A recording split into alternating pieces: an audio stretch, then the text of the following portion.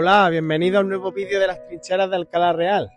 Como podéis ver, me encuentro en el paraje de los Llanos, concretamente en el Cerro San Judas. Y es que hoy en este vídeo vengo a mostraros las posiciones del bando sublevado que hubo por los alrededores de Alcalá Real. Antes de comenzar a enseñaros y a mostraros las posiciones del bando sublevado, me gustaría hacer un breve resumen de lo que sucedió en la guerra civil en Alcalá Real. Como ya sabéis, el golpe militar tuvo comienzo el 18 de julio de 1936. Pues Alcalá, en los primeros días de la guerra, permaneció fiel a la República. Es verdad que se respiraba miedo, fervor, pero permanece fiel a la República. Por parte del Ayuntamiento de Alcalá Real se intenta controlar la oficina de correo y de telégrafo para filtrar las noticias que llegan de otras provincias más cercanas, como puede ser Granada, como puede ser Córdoba o incluso como puede ser mismo Jaén. Filtrar esas noticias para evitar el pánico en la ciudad. Al mismo tiempo se crea un comité de defensa por integrantes de UGT, de la CNT, de partidos de izquierda, para ordenar que en Alcalá Real se requisen las armas de fuego, especialmente a integrantes de partidos de derecha, a propietarios agrícolas que puedan tener un arma, como a terratenientes que puedan tener un arma de fuego. Se le ordena requisárselas para evitar un levantamiento o una sublevación en la ciudad. Días posteriores se organiza una excursión o un viaje a Granada con la intención de hacerse con armamento, pero no tiene muy buen fin. Y es que cuando llegan a Granada se dan con la sorpresa de que allí el golpe militar se ha funcionado y los sublevados los detienen y los asesinan en el cementerio de Granada. Entre los meses de julio y agosto, Alcalá es bombardeada varias veces, varias ocasiones, insistentemente por el bando sublevado para reducir la resistencia enemiga. Concretamente, el 16 de agosto, Alcalá es bombardeada por el bando sublevado y, a consecuencia de ese bombardeo, como represión, en la cárcel Convento se les niega la comida, se les niega el agua a los presos, incluso reciben palizas. En días posteriores, como otra represión, un grupo de asaltantes circulan por Alcalá, van por ermitas, van por iglesias, destrozándolo todo a su paso, todo lo que tenga que ver con lo religioso, destrozando imágenes y haciendo de la suya, como contestación a esos bombardeos por el bando sublevado. No será hasta el día 30 de septiembre cuando el coronel Ángel Bello entre por la carretera de Granada con toda clase de artillería posible y tome Alcalá Real, 30 de septiembre. A consecuencia de esa toma, se sabe que murieron al menos unas 36 personas, que son enterradas por las cunetas de la carretera de Priego, y a consecuencia de esos asesinatos, pues la población entra en cólera, entra en miedo, y miles de personas, miles de ciudadanos de Alcalá Real huyen hacia zonas todavía republicanas, como pueden ser Frailes, como puede ser Valdepeñas de Jaén, como puede ser Castillo de Locubín, Alcaudete o incluso La Rábita. Posteriormente, el 16 de diciembre, Alcalá vuelve a ser bombardeada de nuevo, pero en esta ocasión es bombardeada por el bando republicano, con aviones soviéticos, con aviones rusos. Concretamente, bombardean aquí por Cayo Trilla, sufriendo varias víctimas civiles, y bombardean también la iglesia mayor abacial, que sufre bastantes daños materiales. Yo imagino que bombardearon la iglesia porque en Alcalá, o sea, en la fortaleza de la Mota, concretamente allí había un puesto de observación y de mando, ¿vale? Una posición. Para mí sería la número 1, que es con la que vamos a empezar. Y quizás pensaron que el puesto de observación y de mando estuviese colocado, situado en la misma iglesia, cosa que no es así, que ahora lo veremos. Y ya está, pues ese ha sido el pequeño breve resumen y vamos a pasar que os vaya enseñando todas las posiciones del bando sublevado. Como os he comentado anteriormente, vamos a comenzar nuestro recorrido por la posición de la fortaleza de la Mota. Situada a unos 1029 metros de altitud, esta fortaleza milenaria se convirtió durante la Guerra Civil en mucho más que un simple castillo. Su altura no solo ofrecía vista, ofrecía control. Dominaba caminos, campos y colinas. Desde aquí, cada movimiento en el frente podía ser observado. El bando sublevado aprovechó sus torres y murallas como observatorios privilegiados. Donde siglos atrás vigilaron centinelas medievales, ahora lo hacían los soldados con prismáticos y mapas desplegados sobre la piedra antigua. La historia parecía repetirse, pero con armas modernas. La fortaleza también se transformó en acuartelamiento. En sus patios resonaban las órdenes militares. En su estancia se almacenaban víveres y municiones. Pero quizá uno de los cambios más significativos fue invisible. Se instalaron sistemas de comunicación por teléfono y radio que conectaban Alcalá la Real con las plazas más cercanas como Córdoba y Granada. Desde este enclave se coordinaban movimientos, se transmitían órdenes y se tomaban decisiones rápidas en la plena campaña de la aceituna.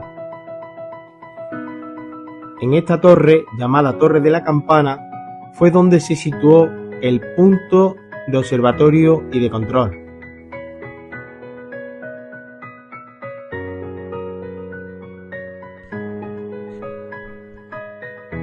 Por todo el perímetro de la muralla se distribuían 8 pozos de tirador, pequeñas cavidades excavadas estratégicamente pensadas para ofrecer protección y al mismo tiempo permitir una línea de fuego eficaz sobre los accesos y laderas que rodeaban la fortaleza. Desde estas posiciones, los soldados podían cubrir los ángulos muertos y reforzar las defensas del recinto. En el flanco oriental se instaló una batería del 10, orientada hacia las zonas más expuestas. Su presencia reforzaba la capacidad ofensiva desde la propia fortaleza, permitiendo batir posiciones lejanas y ejercer presión constante sobre el frente. En una de las torretas del castillo se emplazó una ametralladora. Desde esa posición elevada, el campo visual era amplio y dominante.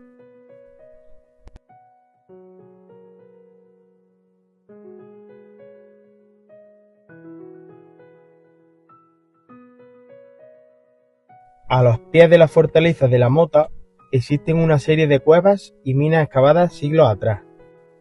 Ante los bombardeos republicanos que sufrió la ciudad, estos túneles fueron reutilizados como refugios antiaéreos. Además, muchas de estas galerías sirvieron como almacenes de munición. En la oscuridad de estos pasadizos se apilaban cajas, proyectiles y suministros, protegidos de la aviación y de la observación.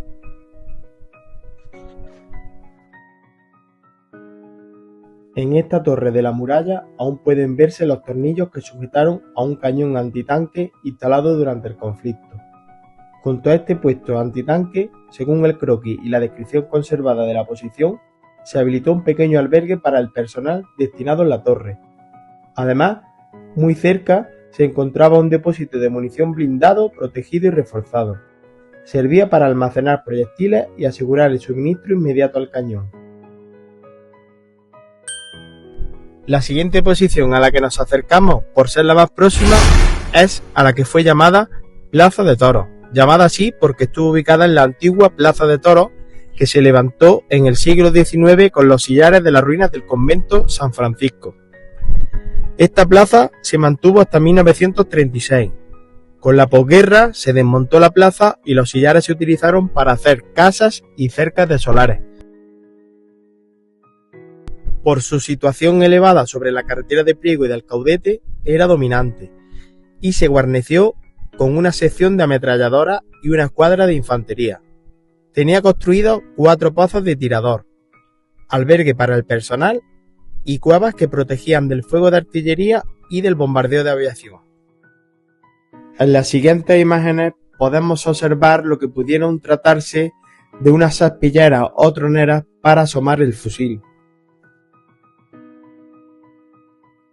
Con la posición anterior enlazamos la posición de la carretera de Priego. Esta posición vigilaba la entrada de Alcalá la Real por la carretera de Priego e impedía cualquier avance republicano que intentara reconquistar Alcalá la Real. Además, aseguraba el suministro de armamento y de tropas desde la Comandancia Militar de Córdoba. Recordamos que en las inmediaciones de esta posición es donde se encuentra una fosa con víctimas del conflicto. Esta posición contaba con 3 pozos de tirador, 2 de ellos a vanguardia de la zanja antitanque, guarnecidos por 2 escuadras de infantería, y más adelante como puesto de escucha y observación, en una era dominante el otro puesto de tirador. Esta era, hoy desaparecida, se encontraba, según el ortofoto con imágenes de 1956, entre lo que hoy día es la calle Austria y calle Bélgica. En esta posición, además de los 3 pozos de tirador, contaba con 8 emplazamientos para cañones y, como he mencionado anteriormente, de una zanja antitanque que se excavó desde el Castillo de la Mota hasta la carretera de Alcaudete, cruzando la carretera de Priego. En esta imagen del bombardeo de Alcalá la Real se puede apreciar una línea que baja desde el castillo y que cruza la carretera de Priego y que podría tratarse de la misma.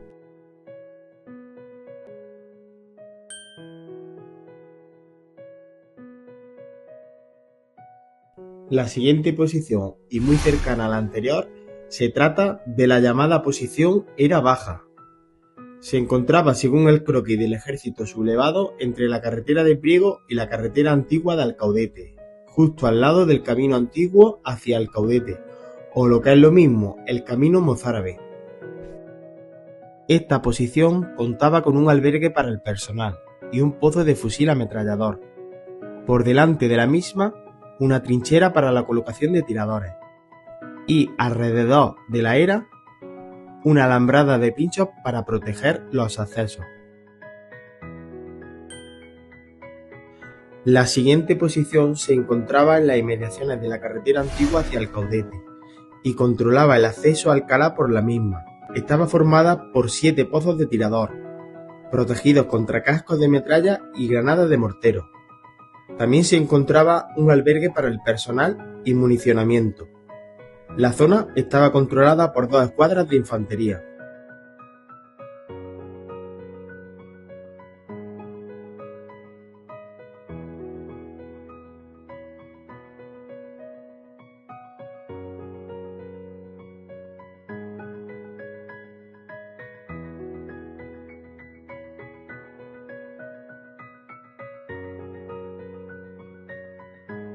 Entre los olivos, casi oculto, permanece un pequeño refugio de piedra. Construcciones como esta formaban parte de la vida cotidiana del campo. Servían de abrigo para los jornaleros, un lugar donde resguardarse de la lluvia o del frío. Durante la Guerra Civil, muchos de estos pequeños refugios se convirtieron en escondites, puestos de observación o simplemente de un refugio improvisado. Aunque no tenemos la certeza de que este refugio pudiera ser aprovechado por los soldados, en el croquis del ejército sublevado aparece como refugio en la localización de la posición.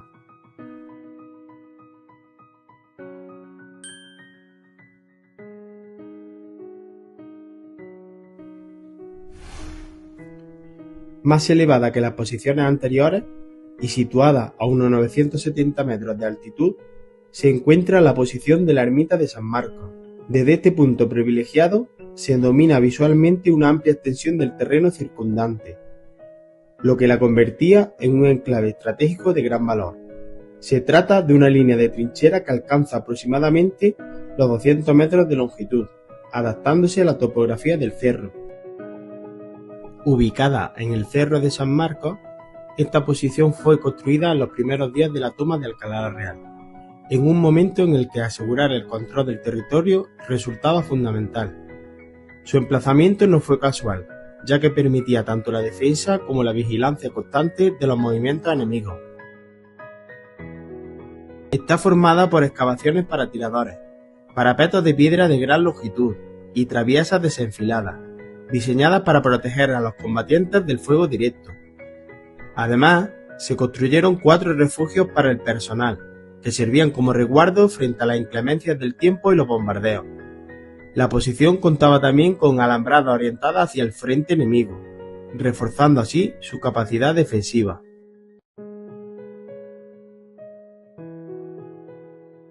Por el lado oeste, el terreno era prácticamente inaccesible debido a la presencia de un tajo natural, lo que actuaba como una barrera defensiva adicional y reducía considerablemente las posibilidades de ataque por ese flanco.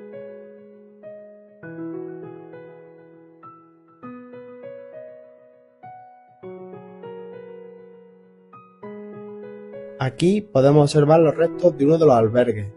Aunque no podemos confirmar con certeza que sea una construcción del periodo del conflicto, no obstante, en la localización del mapa ya aparece señalado, lo que sugiere su posible uso en ese momento.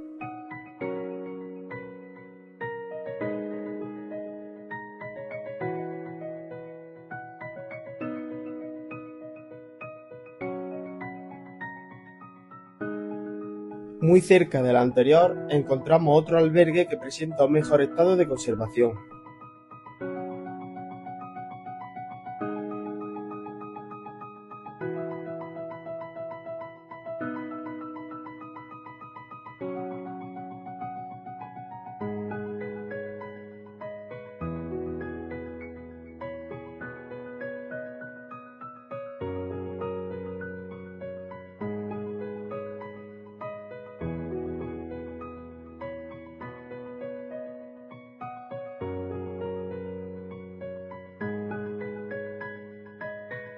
Aquí, en el borde del Tajo, se puede observar los restos de lo que fue un puesto de tirador, aprovechando la propia caída del terreno como elemento defensivo y de vigilancia sobre el entorno.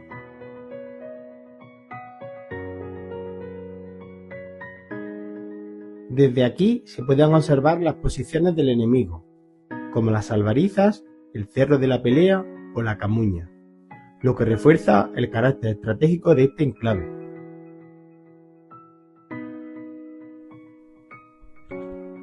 Por el lado este de la posición se podía controlar y vigilar el camino de Charilla, que discurre por el valle, y el camino del Canchín.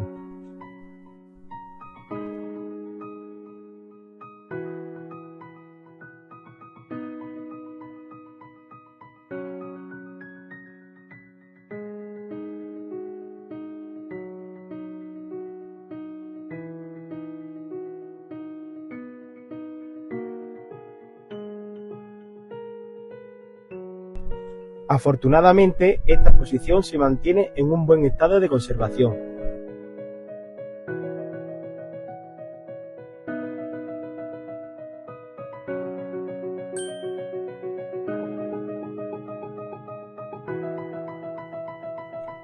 En la parte alta del pueblo se encontraba la posición llamada Pilarillo de las Tórtolas. La guarnecía una escuadra de artillería, que ocupaba una casa a la entrada del camino que conduce a Charilla. Próximo a esta posición se construyó un emplazamiento para una batería de 75. Además, esta posición contaba con un abrigo contra artillería de 155 para proteger al personal y salvaguardar el municionamiento.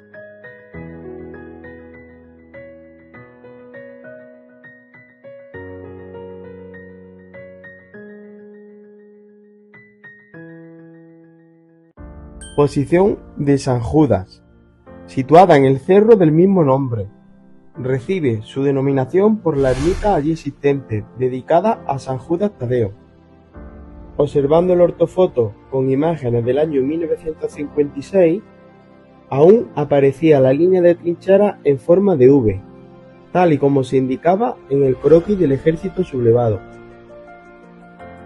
Esta posición defendía el llano con parapetos de piedra de gran longitud, contaba con 2 albergues para el personal y estaba protegida por un pelotón y una escuadra de fusil ametrallador. Aunque la mayoría de las paredes de piedra que se encuentran en esta posición podrían tener origen de parcelamientos y de apriscos para el ganado, seguramente fueron usados como trincheras y parapetos.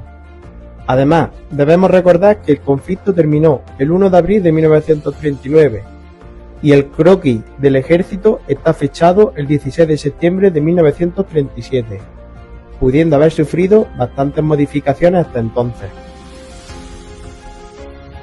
Aquí podemos observar un pozo de tirador, construido en piedra seca. Esta posición defensiva estaba estratégicamente orientada hacia el frente enemigo, permitiendo al combatiente protegerse mientras vigilaba y respondía a cualquier avance.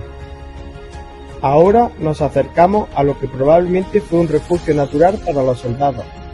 Aprovechando una cueva y las características de la piedra caliza, abundante en la zona y relativamente fácil de trabajar, excavaron un hueco en la roca que les ofrecía protección, especialmente frente a los ataques de la aviación.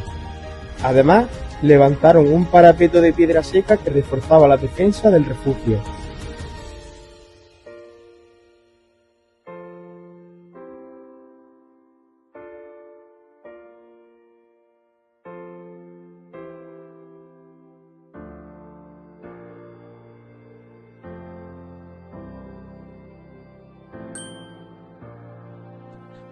Posición La Verónica.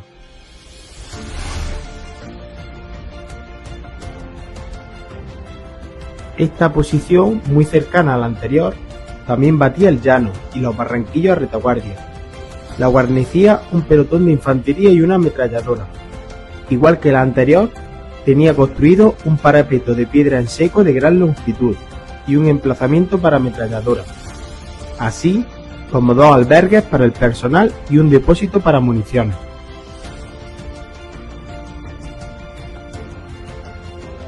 Lamentablemente, esta posición se encuentra en un mal estado de conservación. No existen restos evidentes o no son visibles debido a la transformación del terreno por la mano del hombre. El único elemento visible que se ha podido localizar es lo que probablemente fuera este pozo de tirador.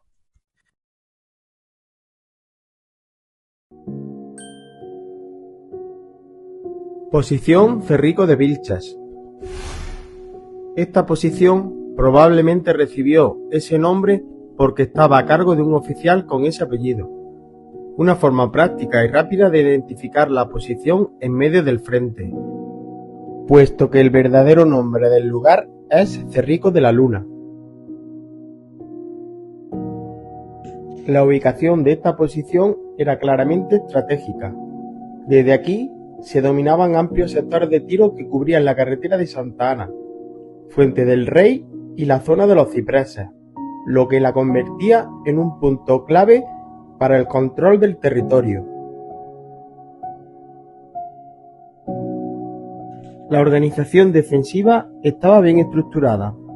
Contaba con grandes parapetos de piedra que ofrecían protección frente al fuego enemigo, además de un pequeño albergue destinado al personal y un depósito de municiones del que aún hoy se conservan algunos restos visibles. Esta posición estaba guarnecida por un pelotón, cuyos hombres permanecían en constante vigilancia, preparados para responder ante cualquier movimiento en el frente.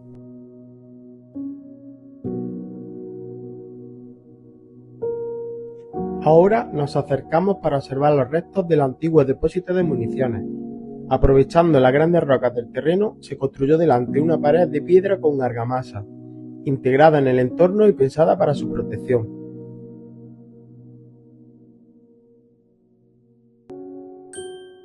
Posición Los Cipreses. Estaba situada en el mismo cerro que lleva su nombre. Era guarnecida por una sección de infantería y un cañón antitanque. Tenía construidos 2 albergues de personal con protección para cascos de metralla y de granada de mortero, y disponía de un depósito de municiones. En este plano cenital se observa la línea de la posición que recorría los muros de piedra inaccesibles.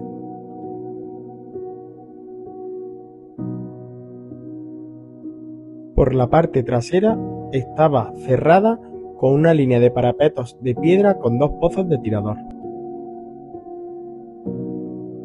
Justo en el vértice donde se encuentran los 2 cipreses se instaló el cañón antitanque que batía la carretera de Granada, la carretera de Montefrío y la carretera de Santana. Muy cercano al cañón antitanque, por la parte posterior se ubicaba el depósito de municiones.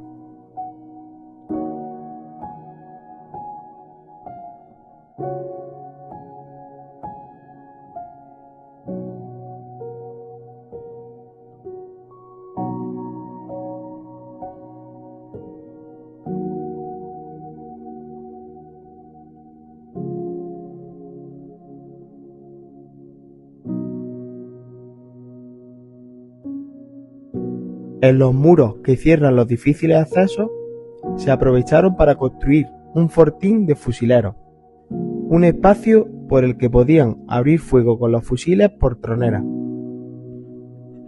Aquí se conservan los restos de uno de los fortines. Muy cerca y en el lado este se encuentra un refugio, aunque no tenemos certeza de si fue utilizado durante el conflicto, dado que en el croquis del ejército no se indica su situación.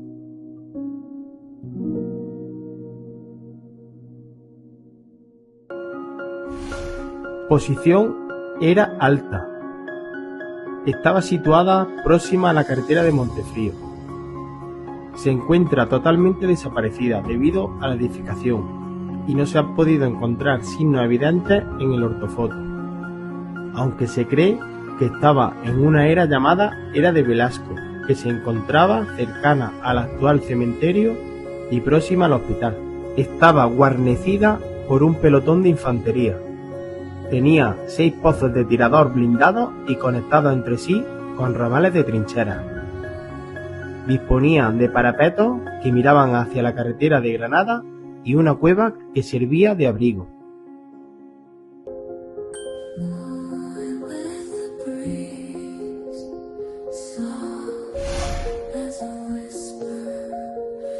Posición San Bartolomé. Situada en el Cerro de los Palacios, posteriormente conocido como Cerro de San Bartolomé por la ermita que se encontraba en sus proximidades. Esta posición representa el cierre del cinturón defensivo inmediato de Alcalá. Con ella se completa el círculo de posiciones estratégicas que rodeaban la localidad, formando un sistema organizado de vigilancia y de control del territorio durante el conflicto.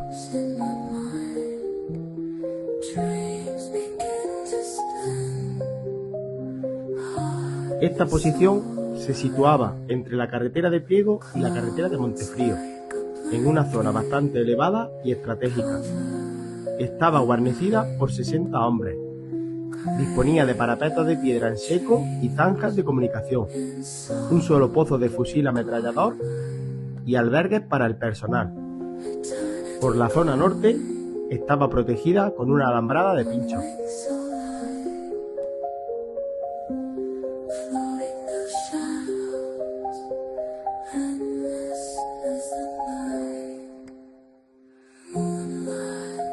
Aquí se puede observar una cueva excavada en la roca de un pequeño montículo situada en esta posición, que probablemente fue utilizada como refugio o abrigo.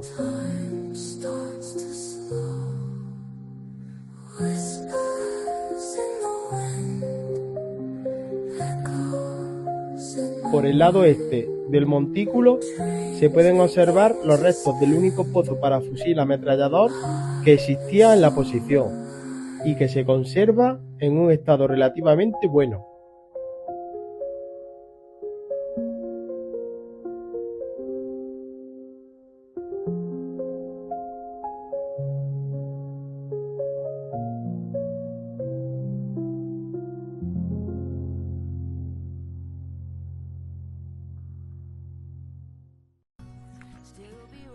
Bueno, espero que os haya gustado el vídeo.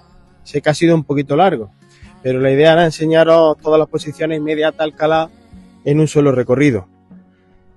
Quiero agradecer especialmente a José Torres de Montillana, porque gracias a él ha sido posible este trabajo, ya que me facilitó los croquis del ejército junto con las descripciones de las posiciones. También a Francisco Javier Hernández, que me pasó parte del material y al que podéis seguir en su blog sobre vestigios de la guerra civil en la provincia de Granada. Y por supuesto a Pepe Lozano por sus consejos, que también cuenta con un blog llamado Vestigios de la Guerra Civil desde Córdoba. Muchas gracias a todos y estad atentos al canal porque próximamente subiré más vídeos sobre posiciones en los alrededores de Alcalá. Aún quedan algunas posiciones como La Moraleja, la de Silla, en la Peña del Yeso, el Cerro de Malabrigo, en Los Portillos, en Santa Ana, también quedan algunas. Bueno, pues me despido y os dejo con unas imágenes de Alcalá la Real de aquella época. Hasta luego. Caminando por el campo, en el suelo vi que había una carta ensangrentada de 40 años había. Era de un paracaidista de la 8ª compañía que a su madre le escribía y la carta así decía: madre, anoche en las trincheras, entre el fuego y la metralla, vi al enemigo correr, la noche estaba cerrada, apunté con mi fusil al tiempo que disparaba y una luz iluminó el rostro que yo mataba. Era mi amigo José, compañero